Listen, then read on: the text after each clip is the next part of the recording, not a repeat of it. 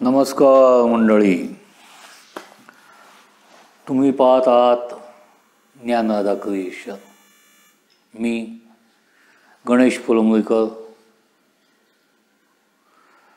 संस्थापक सदस्य ज्ञानदादा. आपला चाललाय कथासागराचा भाग. प्रत्येक वेळेला एक वेगळी नवीन कथा. तर आजची कथा आहे ब्लेम गेम.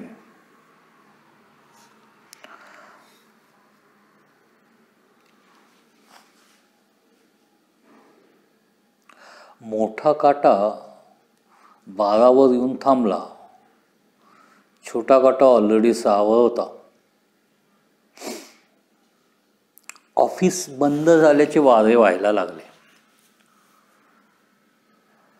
शिपाई उगाच इकडच्या वस्तू तिकडं, तिकडच्या वस्तू इकडं करत दरवाजे खिडक्या लावून घ्यायचे ॲक्शन्स करायला लागला.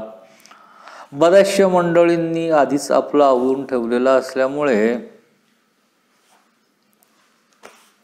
डबे उचलून पळायला सुरुवात केली. अस्मिताने क्षणभर घड्याळाकडे बघितलं. रोजच्या प्रमाणे 6 वाजलेत. घरी जायला हवं. पटकन आवरून गेलो आणि 6:12ची बस पकडली तर आपल्याला 7 वाजेपर्यंत घरी पोचता येईल. या हिशोबाने तिने तिची संचिका उचलून कपाट बंद केली. डबा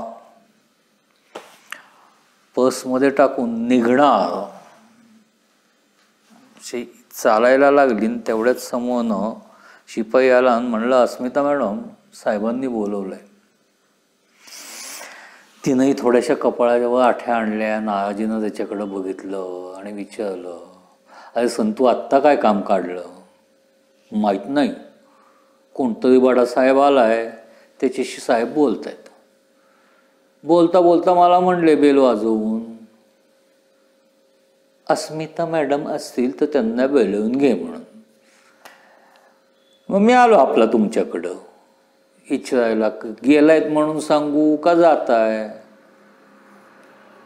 तिनंही विचार केला. तसंही आत्ता 1-2 मिनटं उलटली गेलेली असल्यामुळं 6:12 पकडणं अवघड आहे. त्यामुळं आता 6:25वर डिपेंड राहावं लागणार आहे.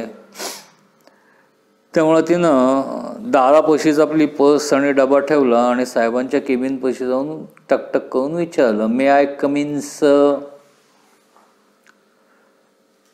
साहेबांनी असं तिच्याकडं बघत, थँक गॉड तुम्ही आहात. काय मी तेच विचार करतो, 6:05 झालेले म्हणलं, चुकून तुम्ही गेलेल्या असाल तर या साहेबांना परत एक चक्कर पडायला असं वाटत होतं. बरं झालं तुम्ही आत या मॅडम, या बसा, आत या बसा. तीही आत गेली. साहेबांच्या केबिनमध्ये लाईनीनं ठेवलेल्या 4-5 खुर्च्यांच्या लाईनींमध्ये शेवटच्या लाईनीपाशी उगचच खुर्चीवर बूट टेकल्यासारखी बसली आणि विचारलं, येस सर? साहेब म्हणले, तुम्हाला तर माहिती आहे आपली कंपनी विलिनीकरण होती आहे. फॉरेनची जी कंपनी आपल्या कंपनीला टेक ओव्हर करते, त्या कंपनीचे तर्फे हे पुण्यातील हेड ऑफिसचे बॉस आलेले आहेत. मी तुमची नियुक्ती करतो, यांच्याबरोबर डिस्कशन्स करता. तुम्ही त्यांच्याबरोबर मिटिंगा घ्यायच्या आणि ठरवायचं की यावर्षी किती कंपनी सामावून घेतल्यानंतर किती जणांना कन्फर्म करायचं, म्हणजे किती स्टाफ ठेवायचा, किती कमी करायचा, किती जणांना वेतन वृद्धी द्यायची किंवा कुणाला वेतन कपात करायची. आय होप की तुमच्यासारख्या इंटेलिजंट मॅडमना नेमल्यानंतर शक्यतो कर्मचारी कपात आणि वेतन कपात यासारख्या गोष्टी होणार नाहीत आणि तुमच्या माझ्यासारखे सगळ्यांची पोटं व्यवस्थित चालत राहतील. सो हे मिस्टर दिनेश आणि मिस्टर दिनेश या मिसेस अस्मिता अमित आमच्या ऑफिसच्या OS आहेत. या तुमच्याबरोबर चर्चा करतील आणि तुम्ही दोघं मिळून या आठवड्याभरात मीटिंग घेऊन कंप्लीट करा कामकाज, म्हणजे झालं. ती व्यक्ती वळली, तिनं शांतपणे बघितलं आणि अरे अस्मी तू. अस्मिताही ताडकन उभं राहिली, तिनं बघितलं, दिनू तू इथं कसं आहे?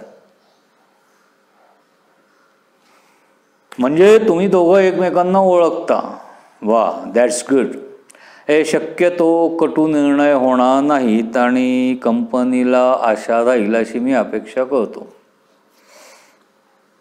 दिनेश उभा राहिला, खाकरला आणि म्हणाला, सो मिसेस अस्मिता अमित, उद्या सकाळी शार्प 10 वाजता तुमच्या असिस्टंट मॅनेजरचं केबिन मला देण्यात आलेलं आहे. त्या केबिनमध्ये मी आपली फायलिंग्ससकट वाट बघेन.